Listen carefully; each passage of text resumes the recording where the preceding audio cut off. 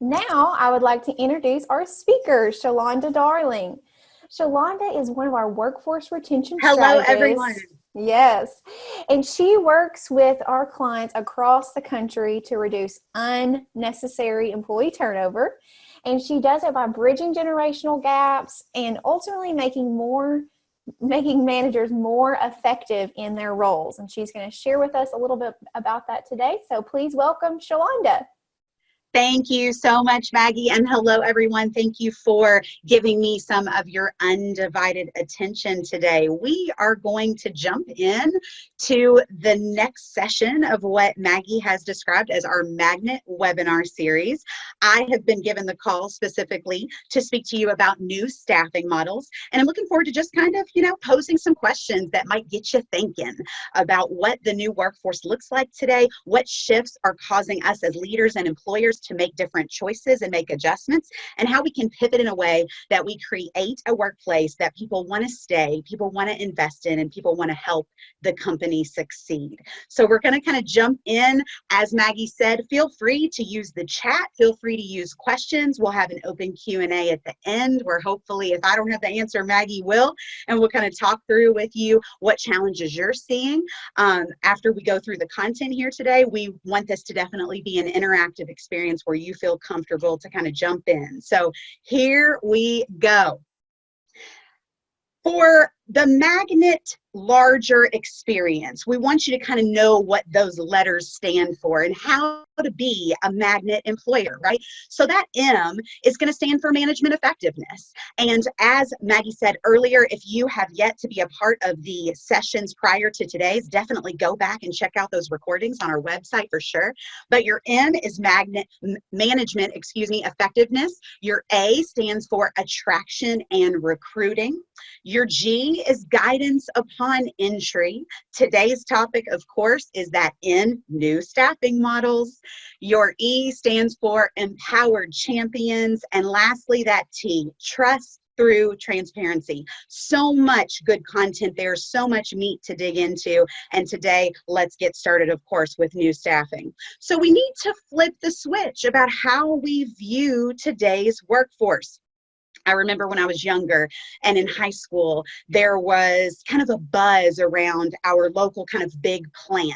And you really knew you were doing something if you could even get an application to apply to a company that had exceptional benefits, that you would work for 30 plus years, that you would retire from with potentially a nice pension or any of these, a great retirement package.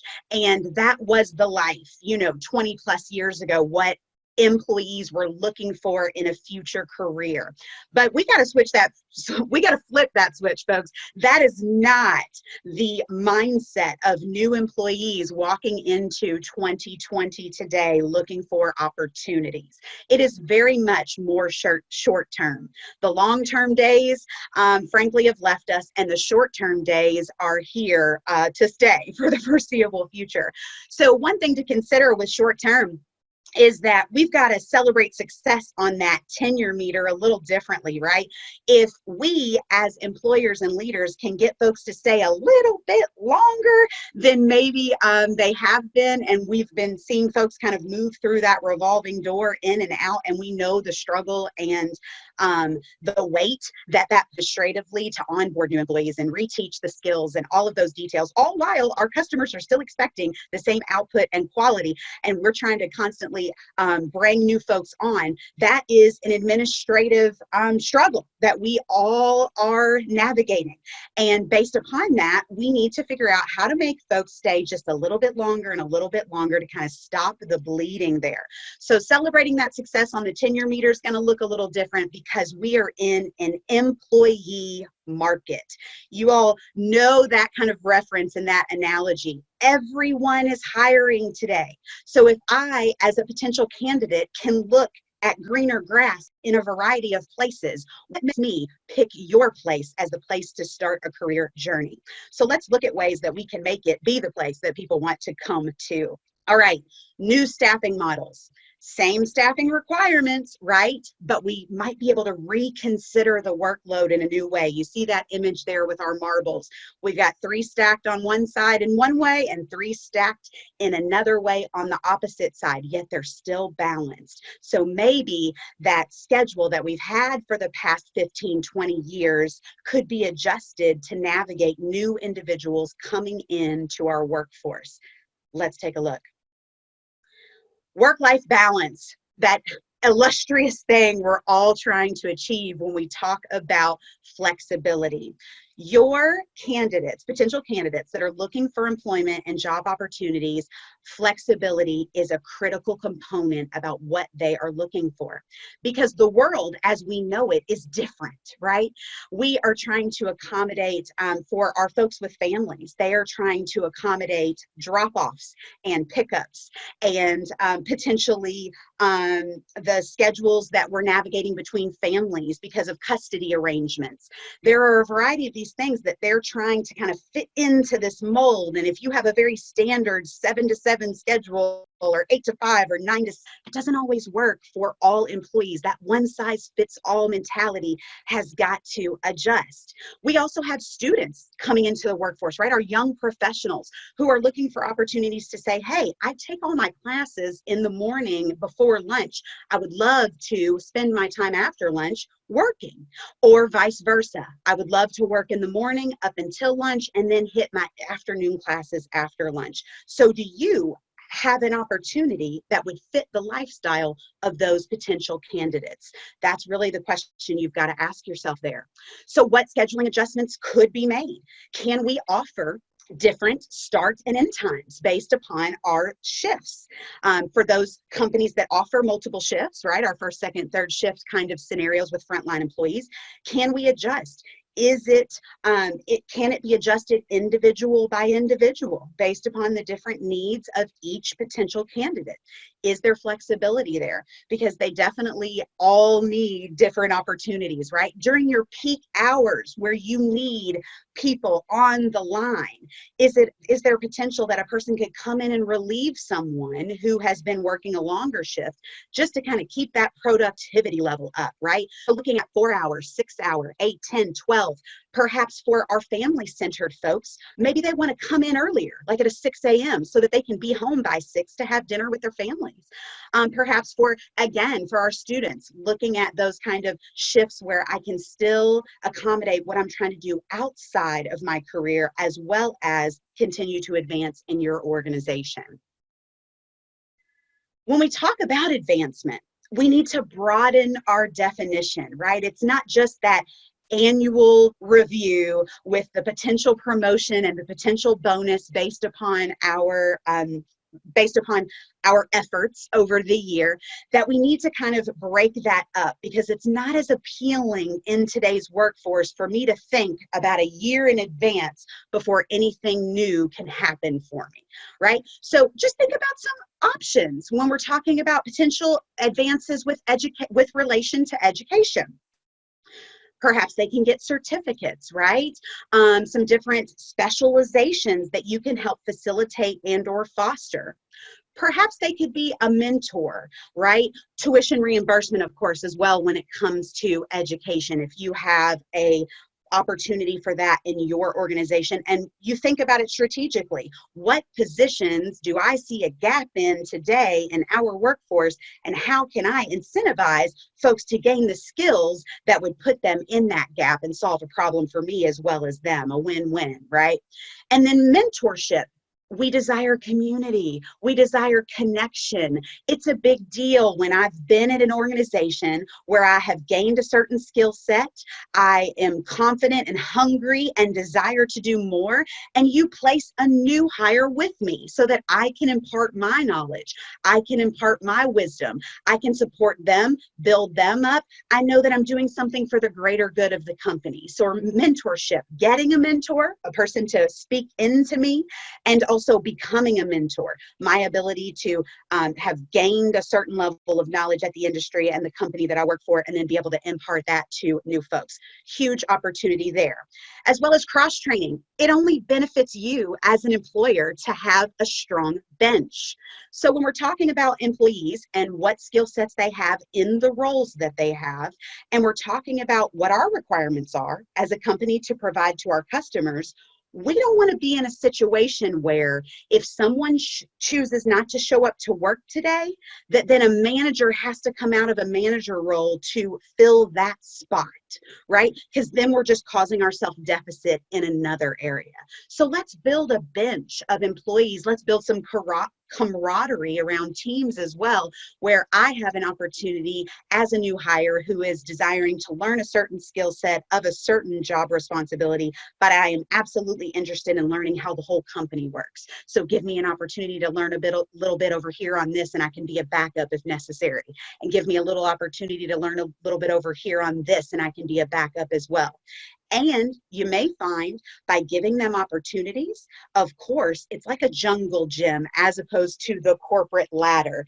I might find that I fit this niche better than I do in my current position. So rather than you as an employer losing that employee to another opportunity eventually, you've now just allowed them to build deeper roots into another position that even fits them better. So it only benefits you to get the highest productivity out of an individual who is passionate about the position that they're working in. And then special projects. Hey, listen, I am a person who loves when a leader looks at me and says, I see potential in you. I may not be able to offer you a promotion or a higher position at the moment, but these are skill sets that I would love to see for you, because that'll put you in a place that will make you applicable for those opportunities. So let me give you a special project. Let me get you some influence out and among other departments in our organization and not just our team. Let me let a few other folks get some eyes on you and let you have some opportunities to make a difference in other places in the organization. It's going to build the person to let them know that you believe in them enough to give them that opportunity. And it's also going to give them better chance to navigate other sections of the business as they are completing special projects that frankly get put on the back burner because you don't have time for them. So again, a win-win. So broadening that concept of what advancement looks like. It's not necessarily a new title and a bonus. Let's consider bank tellers. Great example. So when my parents were going to the bank and I was going as a young girl following them along and learning kind of how this transaction works, we would stand in line for a particular bank teller, even if the other lines were empty and another bank teller was available. Why? Because there was a relationship between my parents and that particular bank teller.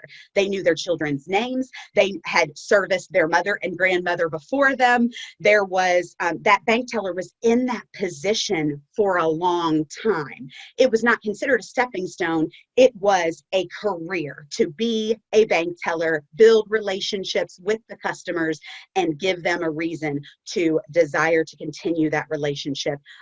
Definitely, obviously, more relational than the transaction at the ATM, right? But today, it's simply not the case. You have noticed it as if you even walk in a bank. I mean, if you're even desiring that relationship, or do you just go through drive-through, use the chute, or go through the drive-through specifically to the ATM line just to get your transaction and get in and out, right? If you're still walking into a bank today, you will see individuals typically in the bank teller role that are looking to be branch managers, that are looking to be divisional leaders. It is a stepping stone. It is a potential. It's an entry-level position that if I get in and learn some basics, I will have an opportunity to run the show here.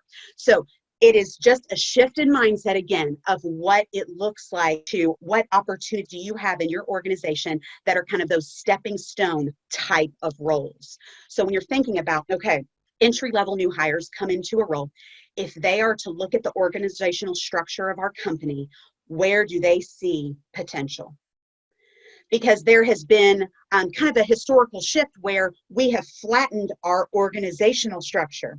It used to be kind of this, you could see, okay, I start here and I've got to level up, level up, level up, level up. And the CEO is way up here, and there are multiple levels in there that I could potentially look to achieve, right? But when we shorten that structure and there's only a few steps between me and the CEO as a new hire, one, you think that might be positive because, oh, I see, it's kind of flat. I could easily become a leader. But also it's somewhat discouraging for a new hire who looks at it and says, there's only two positions between me and the CEO, and the person in the position above me has been there 15 years and has an exceptional amount of knowledge and leadership capability. And the person above them has been there even 20 years and has even more of that. So it's going to be a long time before I get an opportunity to kind of move up in this organization. And in an employee market, where, like I said, it's not even that your employees are necessarily looking for greener grass. It is that employers are coming to poach them. So I could just sit here, work my job, and mind my business, and I will get different employers in my direct messages on LinkedIn, for example, saying, hey, I noticed that you worked at so-and-so. How are they treating you there? What opportunities do you have? Would you be willing to consider another option? So those folks don't even have to go looking. Employers are coming to find them. So keep that in mind. What are the stepping stones in your organization? And again, creating a new level of advancement. It's like Mario. Our desire is to level up, to obtain the next opportunity and to achieve it. You'll notice this in gamification today, right? Even on social media platforms. If I am on Facebook and I like multiple posts for a particular organization, all of a sudden they give me a badge and say that I'm a top fan. And would I like to show my badge so that the world can see it, right? It's these ideas of what opportunities do we have, because you have more than you think when it comes to levels with which you can provide in this new staffing concept. So, of course, let's look at the bank teller again, right? A bank teller who has been a bank teller for 5 years is definitely more valuable than a bank teller who's been a bank teller for 5 weeks, right? Even if it's just that they don't need as much oversight, they require less of their manager, they're faster, more than likely. And they've gotten past the standard, just like nervousness of the new role and making sure I'm not messing up anyone's money. So for that person, perhaps they're at a level 3 bank teller versus your level 1 5-week bank teller. So it's kind of these options, these levels, right? I'm an entry-level employee. I have basic knowledge, but then I've been there a while and I've learned things. And so now I'm moving up to level 2, where you would trust new hires to sit in side by sides with me for me to train them in how we do what we do. And then in addition, we could move up even one more level. Now I take advanced level courses, or I take advanced level shooting calls, because they trust me knowing that I have the level of knowledge that I can dig in deeper to the problem at hand to resolve it. So perhaps you have that ability for a level 1, a level 2, a level 3 at your organization. Now, of course, I know what your question is going to be. Well, Shelonda, do I have to pay these people more at the level if we're going to provide a leveling structure? I would say, I think so, right? Because our 5-year bank teller is frankly worth more to the organization than our 5-week bank teller, just based upon their longevity and what they can do and how quickly they can do it. Their productivity level is just simply higher than that experience. So yes, we want to look at ways to incentivize those folks, especially since they've potentially stuck around a while to reach that. Not that tenure is a requirement to reach that, because you definitely know, we all know those new hires that come in guns blazing and really shine very quickly. So it's really kind of those folks who desire that and are doing that in such a way that is faster than we might anticipate. So really the question is that we have to start with, well, why do employees leave us? Because if we can figure out when they're leaving and why, then we can potentially make some moves in some areas to stop the bleeding there. So when you look at what are the reasons that people would leave before day 1, I'll give you an example. I am a potential candidate. It's an employee market. I've applied to multiple places that I find might have a great opportunity for me. I have received multiple job interviews and have went on those interviews and have spoken with folks on the phone. And now I have multiple offers to choose from. I may choose one offer and then have some buyer's remorse and think that the other one might have been the better option for me, right? Or potentially my onboarding is taking too long at one employer and another one can get me to that first paycheck a little faster. So we got to kind of look for those dead ends in your onboarding and recruitment process that may be delaying time, that the moment that you're delaying and that resume is sitting on a desk somewhere, you're missing the potential to grab a great candidate because someone else is doing it a little bit faster.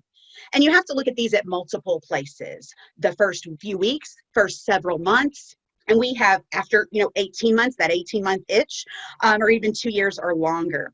And we have a phenomenal free gift for you today. It is our Why Employees Leave handout. So definitely expect our team to reach out to you following this webinar today to talk to you about that handout, get that in your hands so you can really analyze. Let's first take a step back and see when and why people are leaving and see what changes and steps we can take to mitigate those issues. All right, so once we realize when they're leaving, then let's see what we can do to keep them longer, right? We're just trying to extend that tenure just a little bit longer. I'm not trying to make 30-year employees in my organization. I'm just trying to get the 6-month person to stay a year and the year person to maybe stay 2 years, right? Because that's 2 less years I got to hire a new person. So what do you do to keep your people today? And it's the standard chasing of the carrots, right?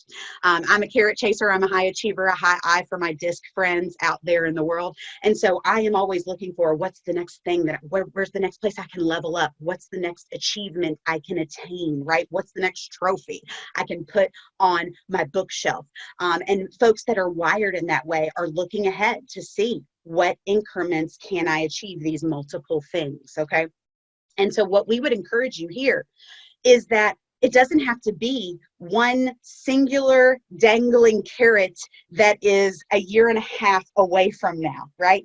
And I hope that we are beyond the thought process that that annual review with the merit increase is even a carrot, because let's be honest, that's barely a cost of living increase. That is not incentivizing anybody to stay along for an entire year.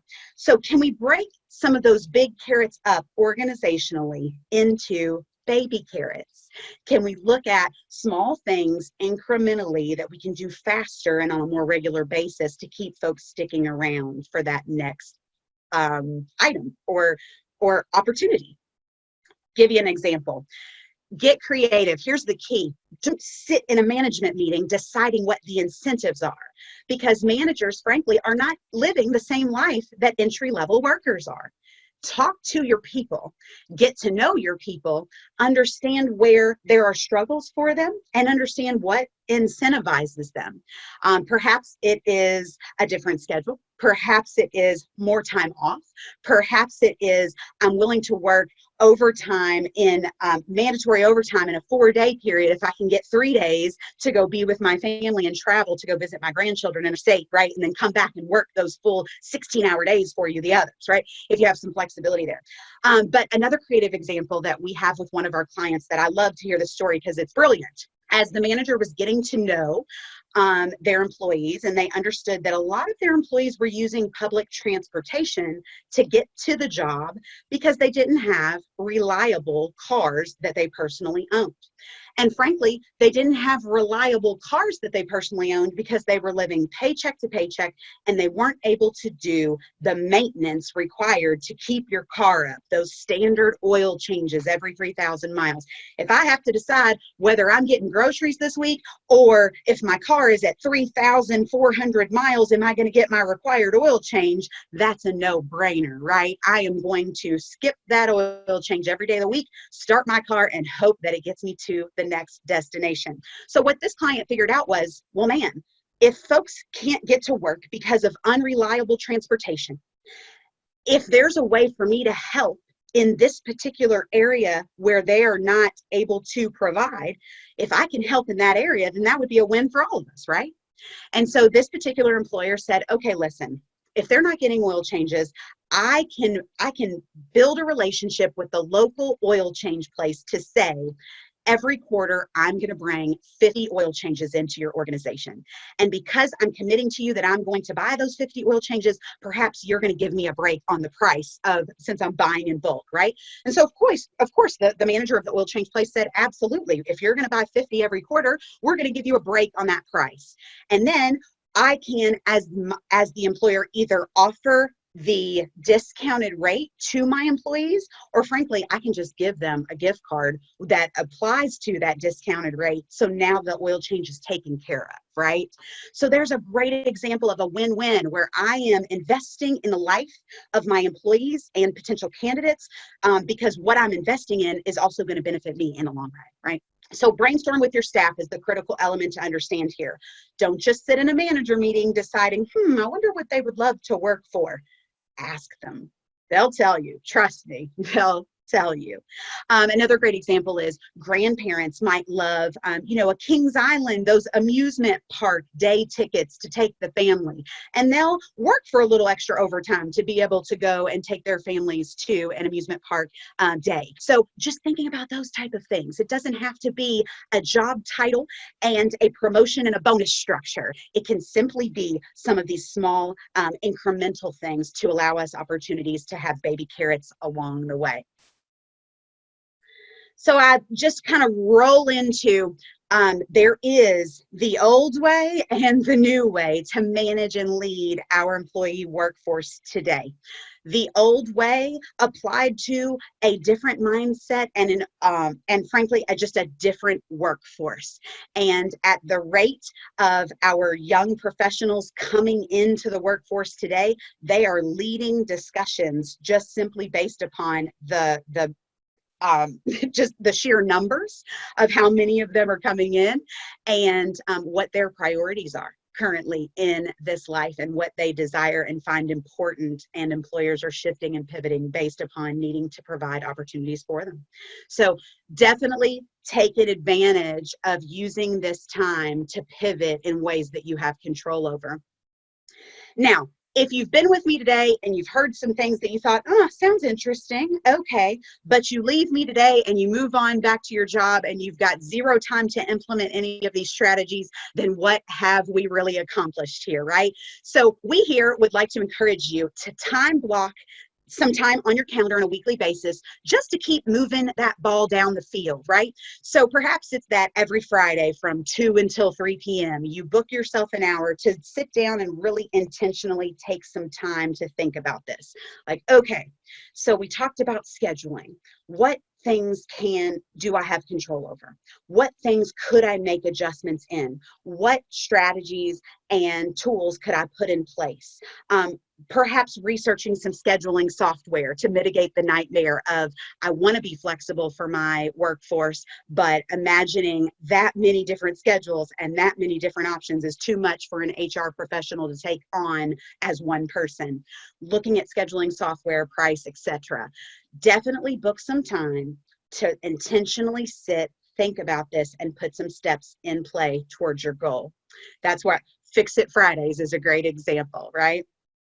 And so we just wrap you up in our magnet strategies as a whole, all 6 of them there for you, of course, today being the new staffing model. And we encourage you to sign up to register for Empowered Champions and Trust Through Transparency, that we have 2 amazing facilitators coming to you in those next 2 sessions on the team to kind of round us out and give you the full program. Thank you all so much for your time today. I hope something that I've said has landed with you and caused you to pause. And I'm going to throw it back to Maggie now and open us up for some potential Q&A. Yes, thank you, Shelonda. So the first question we have, and feel free as a reminder to type your questions in the chat bar or the Q&A box. But the first question we have here for you is, you discussed flex time and a little bit of working, if our employees want to work from home, what do we do if someone takes advantage of this freedom? Ooh, the question, right? So it's interesting that you bring this up because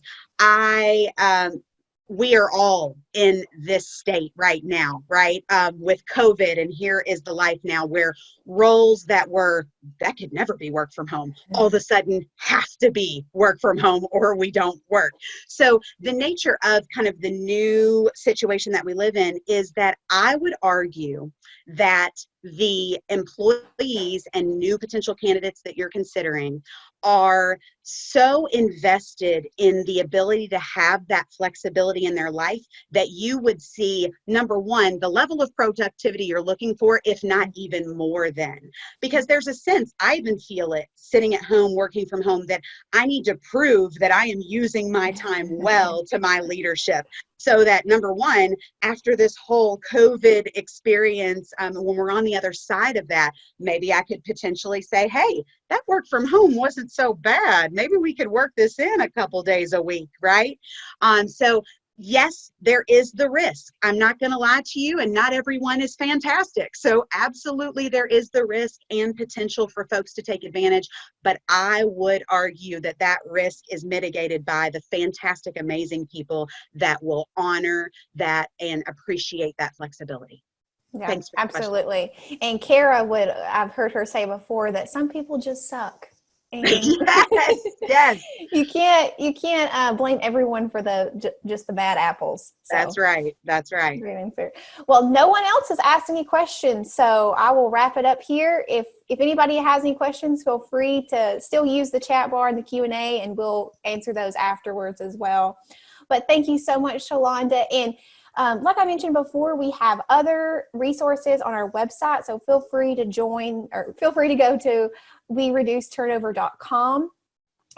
Feel free to register as well for our next webinar. I will go ahead and put that in the chat box as well, and it is Empowering Champions. So feel free to register for that. Just put it in the chat bar there.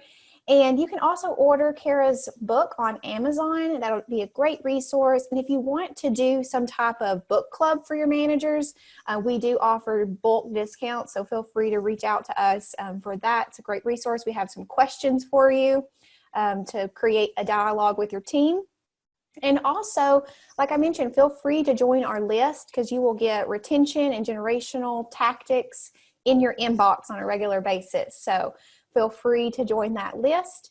And then as well as subscribe to our YouTube channel and also our LinkedIn page, which you will receive almost daily tips on retention there. So feel free to join us on all those social medias as well. And thank you so much again for joining us today. Thank you, Shelonda, and have a great day. Hi, everyone.